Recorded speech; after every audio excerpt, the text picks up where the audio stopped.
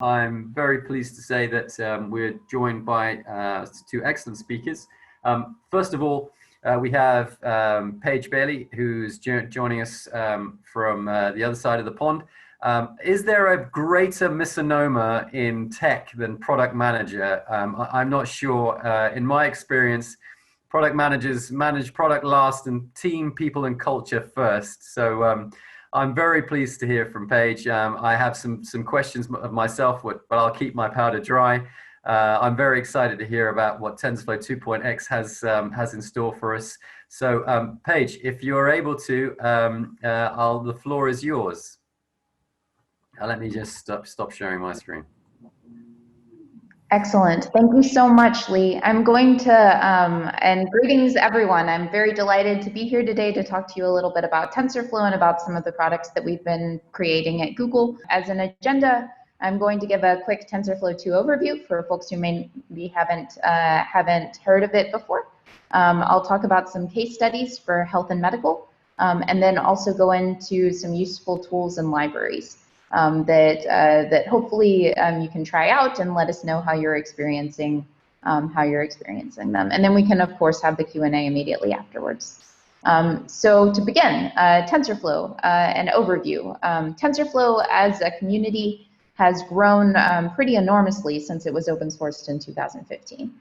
So we have now over 140 million pip installs from folks all over the world, even Antarctica. And we also have a kind of a robust build community, one of our special interest groups that manage Conda installs. So it is not unreasonable to say that TensorFlow has had over 200 million downloads, both through individual users, through container instances, and for all of the things that y'all have experience with as machine learning practitioners and machine learning engineers in the community. So TensorFlow has been doing, it's a variety of tools, everything from object detection, mobile, being able to launch models within a browser with TensorFlow.js, and then also, of course, producing academic work. So so things like papers. If you haven't checked out paperswithcode.com, I strongly recommend it. But some of the most cutting-edge research that we produce at Google has been produced using TensorFlow and other affiliate products like JAX. And this is also indicative throughout the community. So the examples that I listed before were all created by Google authors. And these were all created by y'all, right? So so everything from doing art generation. There's the Shanshui Dada project from China, as well as astrophysics and being able to do exoplanet detection, being able to track hand movements in a browser, being able to detect air quality and pollution, which is especially important for folks in California and for Washington State right now. And then also being able to track disasters, understand twin cement, and sort of describe photos, this multimodal research where you might have images, but you're using text to describe it, or you might have videos, but you're attempting to extract like some segment of video that corresponds to a plain text description. So it's really been interesting to see the case studies. This is my favorite part of my job. It's great to build tools. It's great to have nice APIs. It's great to build things that integrate nicely with compiler tech. But the coolest part is always the application, right? Like using machine learning to do a thing that's great. And so for the TensorFlow ecosystem, we really care deeply about this process of going from research to production, and to be able to directly apply machine learning to help businesses, right? And Hannes will be talking to you later today about how he's doing that at his company, and also some TensorFlow tools that are specifically designed to make this process of going into deployment anywhere really robust and nice. So let's focus in on research for a tiny bit. So two of the models that are kind of the most interesting or the most excited that I've been for Google Research recently are the T5 transformer model, which is all about kind of training billions and billions of parameters to have this talk-to-text transformer.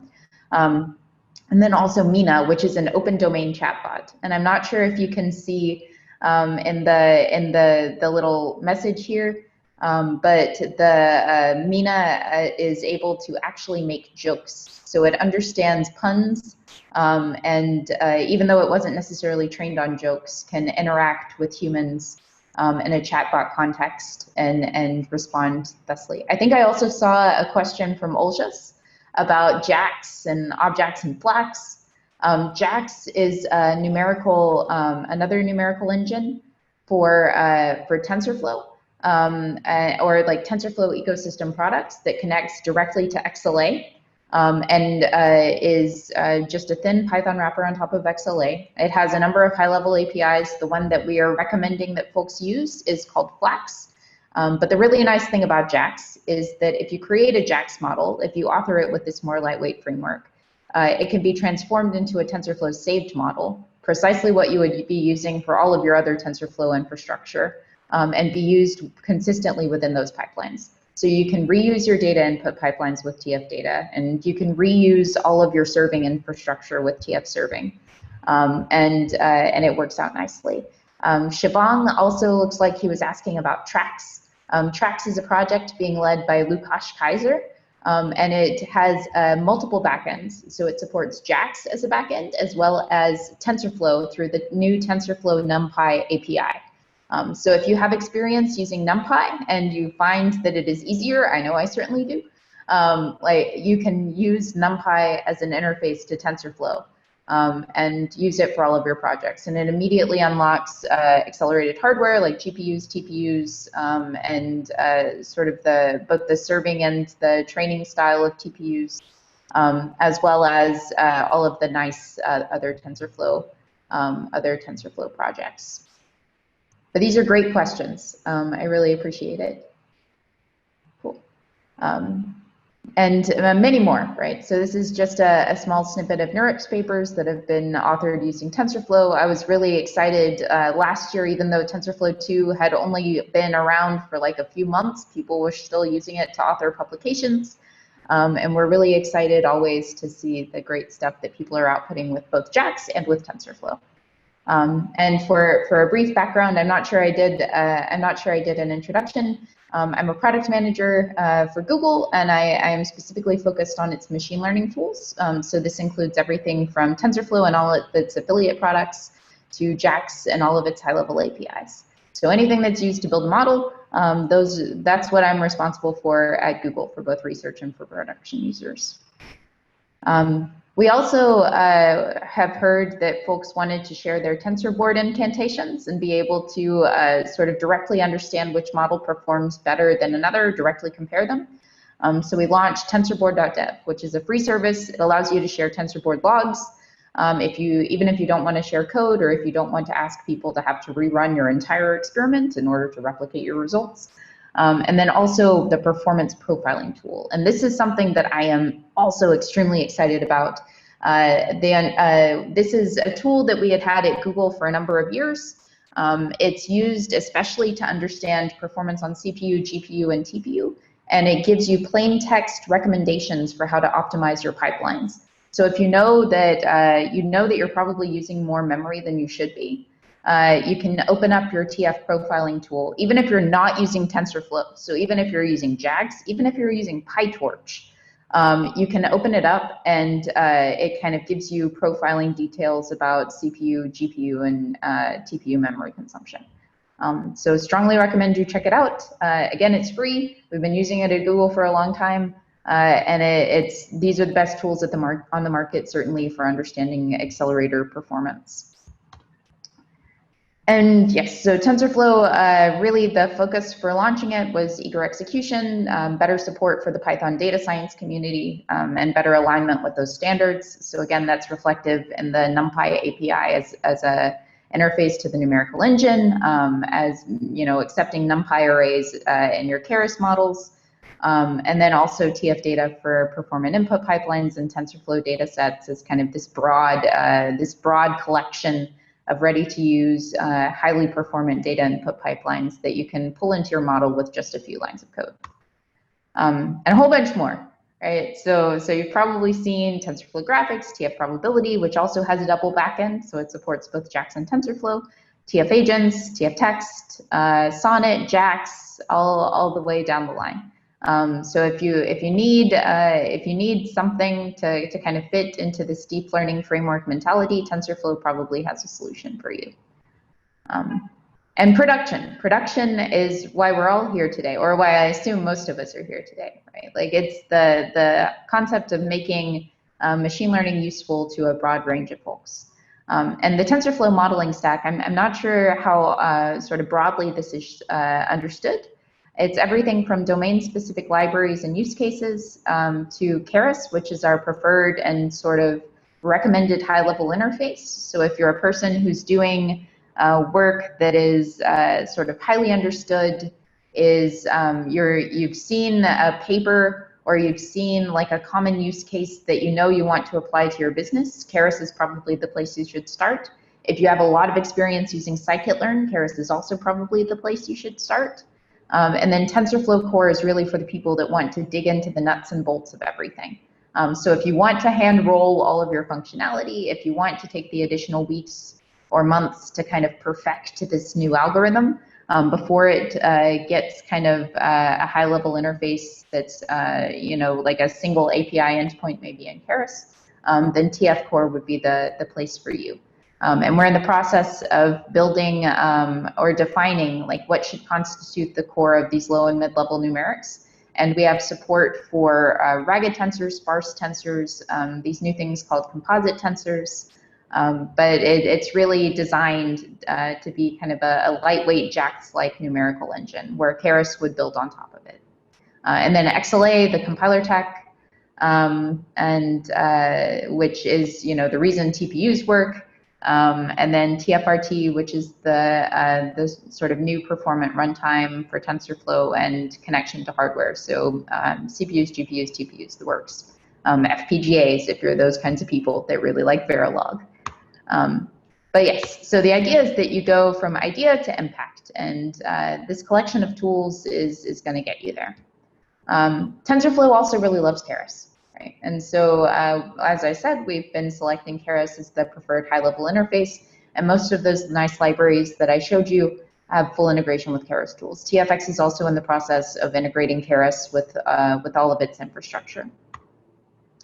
TensorFlow Hub is a collection of ready-to-use pre-trained models from places like DeepMind, Google, NASA. So if you've seen something in a paper that you would really like to use out of the box, and you don't necessarily need access to the code, then TensorFlow Hub might be a great place for you. It also has a collection of fine-tunable models. So if you do have, like the yearning to have an object detector that detects more than just the 100 sort of pre-trained bounding box things that you see, then that is a place that you would want to check out. And then TFX, which I believe Hannes will talk about a little bit later today. And this is a collection of tools, everything from data validation to input preprocessing, etc. It will be available to you. So deploying everywhere, you probably have experience with TF Lite and with some of our model quantization tools. These make inference speeds, and I'm not sure how familiar folks are with the concept of inference, but it's effectively like you have a model, like your data scientist sitting somewhere in an ivory tower has created the thing, and you just want to be able to ping it data like a REST API interface and say like, hey, here's a JSON blob, give me back a JSON blob telling me whether it's a hot dog.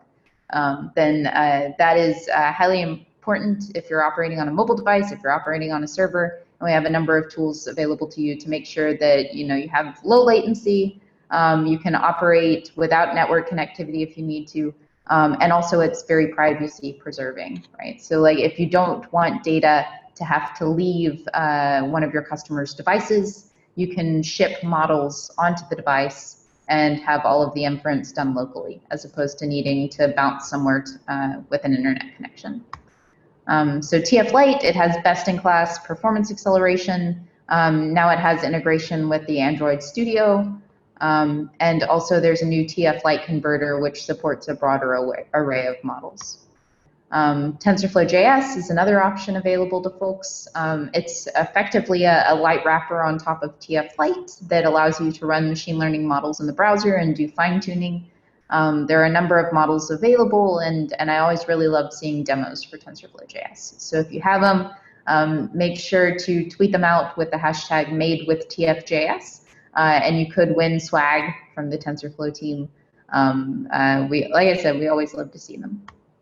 And of course, all of this should be really with the concept of responsible AI. And so responsible AI is something we care about very deeply at Google. Before any model is released out into the world, it has to go through extensive privacy review, obviously, but also responsible AI review.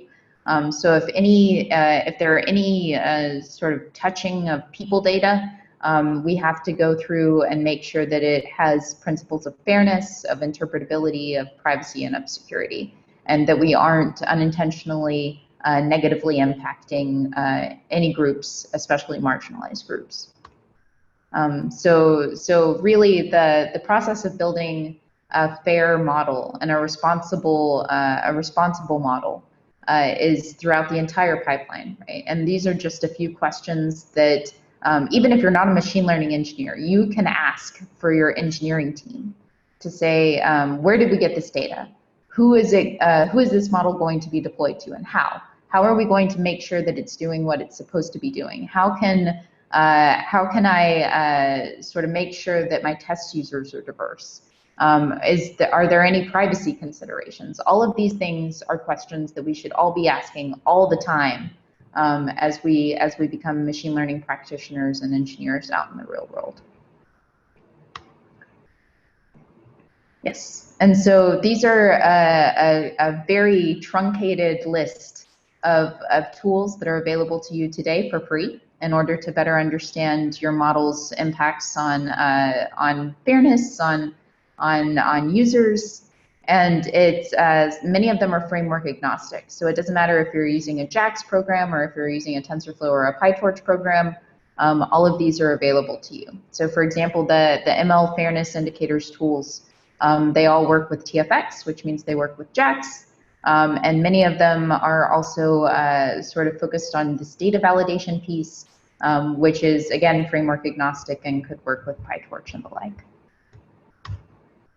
And case studies. So I'm not sure how much time I have left. So I might be kind of dashing through some of these. But let me talk a little bit about some of the case studies that I've been most excited to see for health within TensorFlow. So this is an example of a company that makes prosthetics. Bone implant parts that would then be used for surgery. So if someone has a traumatic brain injury, they're missing a portion of their skull, then obviously their medical professional would want to create a prosthetic part and reattach it in the most optimal fashion to ensure that it would remain stable throughout the rest of the person's lifetime and throughout the rest of their treatment. So this is using kind of the graphical capabilities of sort of 3D differentiation, right? And you have a CAD model effectively of the skull, and it creates a replacement part fitting into this negative space, right? And it also gives the optimal, I'm not sure if you can see it in this second small image, but it gives the optimal angle of replacement to the surgeon, or suggests it, and then the surgeon can also, sort of make their own considerations for the surgery itself.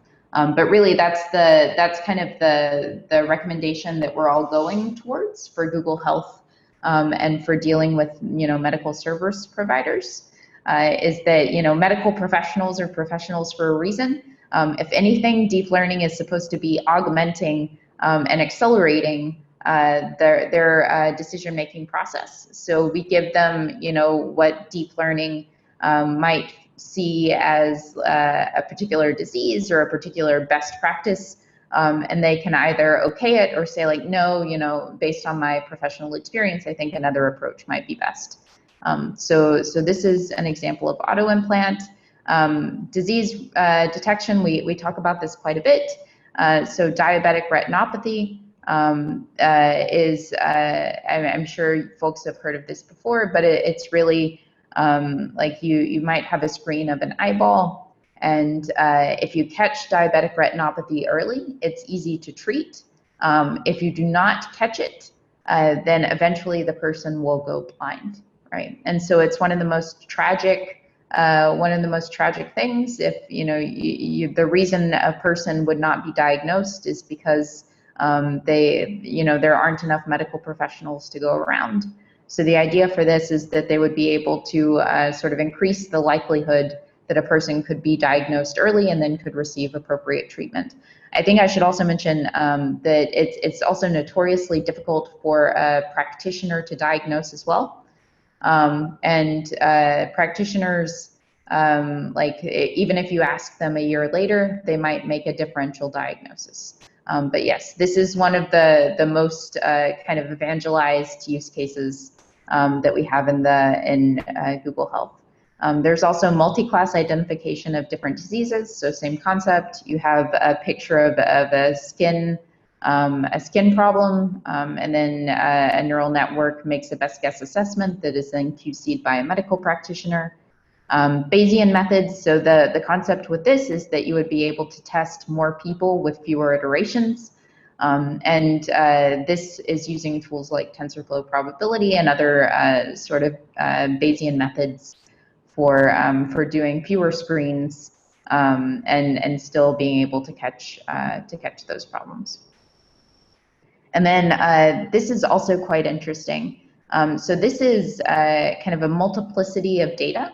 So everything from electrocardiograms, so understanding how heartbeats happen, to free text descriptions from doctors, to sort of getting Fitbit data, but all of this as sort of differential data sources taken over a long period of time, being able to use that entire corpus as a way to diagnose medical illnesses or even predict medical illnesses before they happen, right? So if you have all of this kind of multimodal data, doesn't matter if it's X-ray images, doesn't matter if it's, like I was saying, time series Fitbit data, or like one-time readings of heartbeats, it can help sort of say you might be particularly at risk for these problems.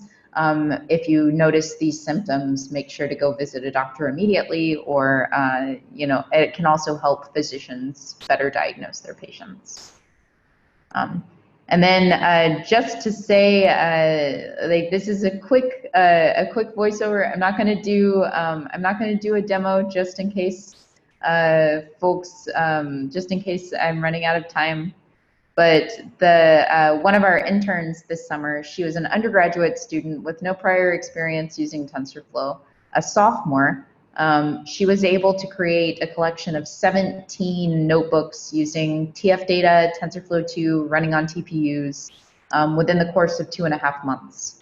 So if you at any point have the thing of like, man, linear algebra wasn't for me, like I don't know about this deep learning stuff, like this is like this is the thing that the fancy people do and the research no, like it's you can certainly pick up these skills quite quickly. And that was the entire idea behind having Keras as a high-level interface, having TF data for performant input pipelines, and being able to do all of this without having the frustration of TPU estimator.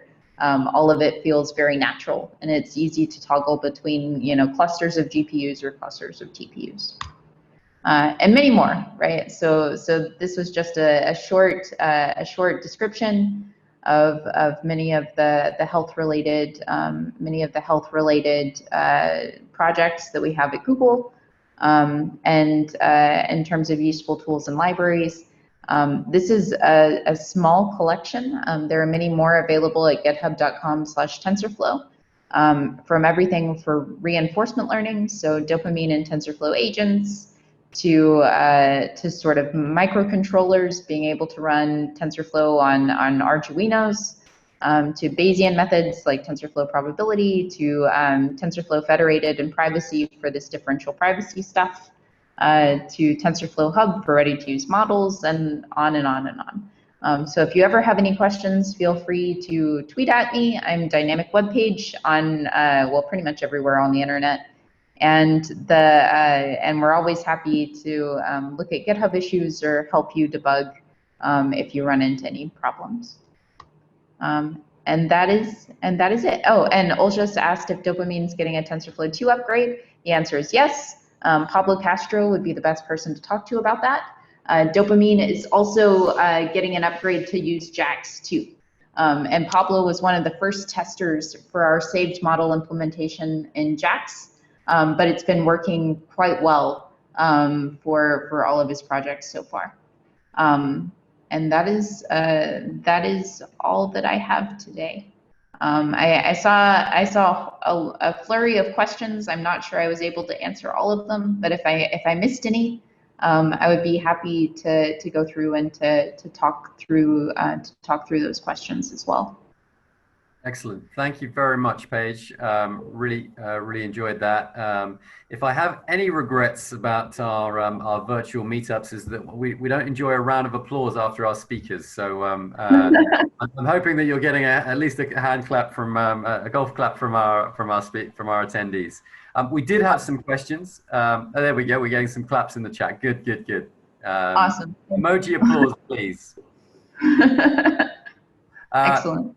We did have some questions. Let me start with the easy ones first. Question from Justin: any plans to integrate Keras tuner outputs into TensorBoard? That's a great question. And so Keras tuner outputs,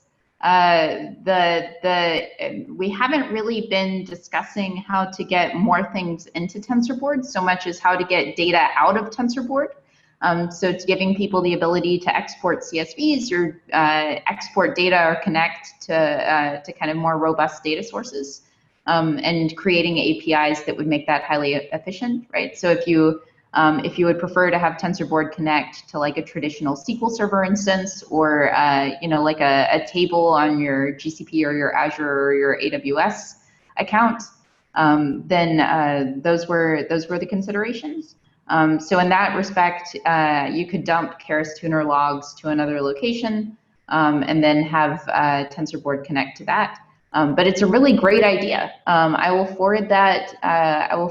To some of the TensorBoard engineers, as well as the Keras tuner folks. I know that they're very excited to see the traction that Keras tuner's been getting externally. I think the last time I checked, it had something like 400,000 pip installs a month. So this would be great as an additional feature on their upcoming roadmap. Great, fabulous. There you go, Justin. TensorFlow London is helping you influence Google's roadmap. What else? So we had a question from Albert, a feature that actually was new to me as well. TensorBoard.dev sharing, is that private, or can that be seen? Is that seen publicly? I believe you can make a preference. So you can either have a private link or a public link, but that would be something that you would have to configure in the web browser implementation. And then there's also through GCP, I believe they're thinking about having a hosted TensorBoard instance. So that would be kind of private, internal only. So if your company wanted to, like if you're a data scientist and you want to show somebody a cool thing, then you can just share within your colleague pool. But that's a great question. Very good. So we've had a lot of questions around the kind of ethics and explainability. Obviously, that resonates with us here at Seldon. I don't know how many of the Seldon data science team are on the meetup this evening, but obviously, we put a lot of work into explainability with our own open source library, Alibi, and I'm interested to understand, do you engage with third parties like the Institute for Ethical ML or all-party parliamentary groups around kind of your ethics objectives? Yes, so we actually have a team dedicated to ML ethics and ML fairness within research and within TensorFlow. And those teams, Google has a set of AI principles that they've been kind of focused on sharing more broadly and getting industry adoption for on a much larger scale. Like, it's great if Google does it, but it would be even better if the rest of the world also follows appropriate AI principles. So so it is something that we care very deeply about.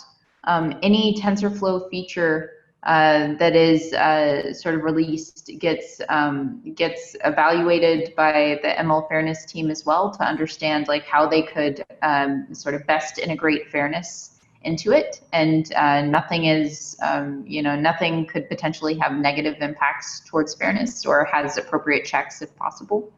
So so it is something that we care very deeply about too. Yep. I was going to jump in. Sorry, Lee, Paige.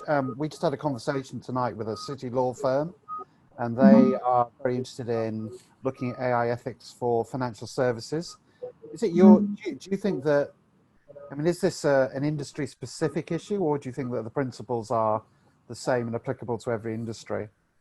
So the principles could be applicable to every industry, though I do really love having case studies that are domain and industry specific. So for example, in financial institutions, one of the machine learning, and it was the one that we did an assignment on when I was in grad school, was, okay, well, you have a corpus of banking data and you're trying to predict who should get a loan.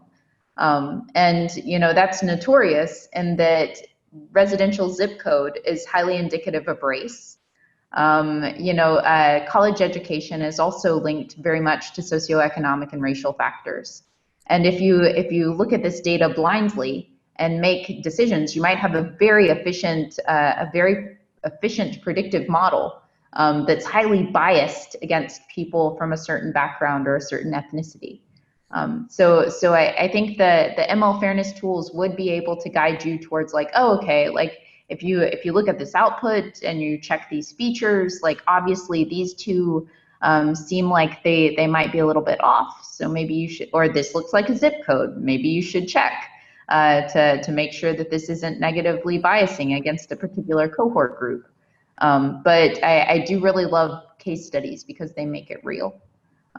So I'm still like hoping that people will put out books or blog posts or talks even that are specifically about domain specific AI fairness observations and potential gotchas. But that's a very long-winded way to say that the ML fairness tools should work. Or at least like should guide you appropriately. Thank you. That's really good. Yeah. Very good. Very good. Listen, I'm conscious I don't want to prejudice Hannes's talk too much, but I could go on and on. Paige, thank you so much for your talk. That was excellent. Paige obviously making her debut on TensorFlow London, but we want to encourage her to come back. So I would ask our community members to follow up with your questions and encouragement to the fantastically named dynamic web page Twitter account. And Paige, if we can share elements of your slide, I'm sure the community would be keen to take it. Absolutely, and I see also Tariq had a question about transparency. There are tools for transparency help in the ML fairness indicators. I will add a link to this here, and that's the motivation of the what if tool, to kind of understand best practices, and to also understand why your model is behaving the way it's supposed to, and what potential impacts your data could have on the model. But thank you so much. I loved speaking, and I'm very excited to hear Hannes's talk as well. So let us go forth. Very good. Very good. Thank you, Paige.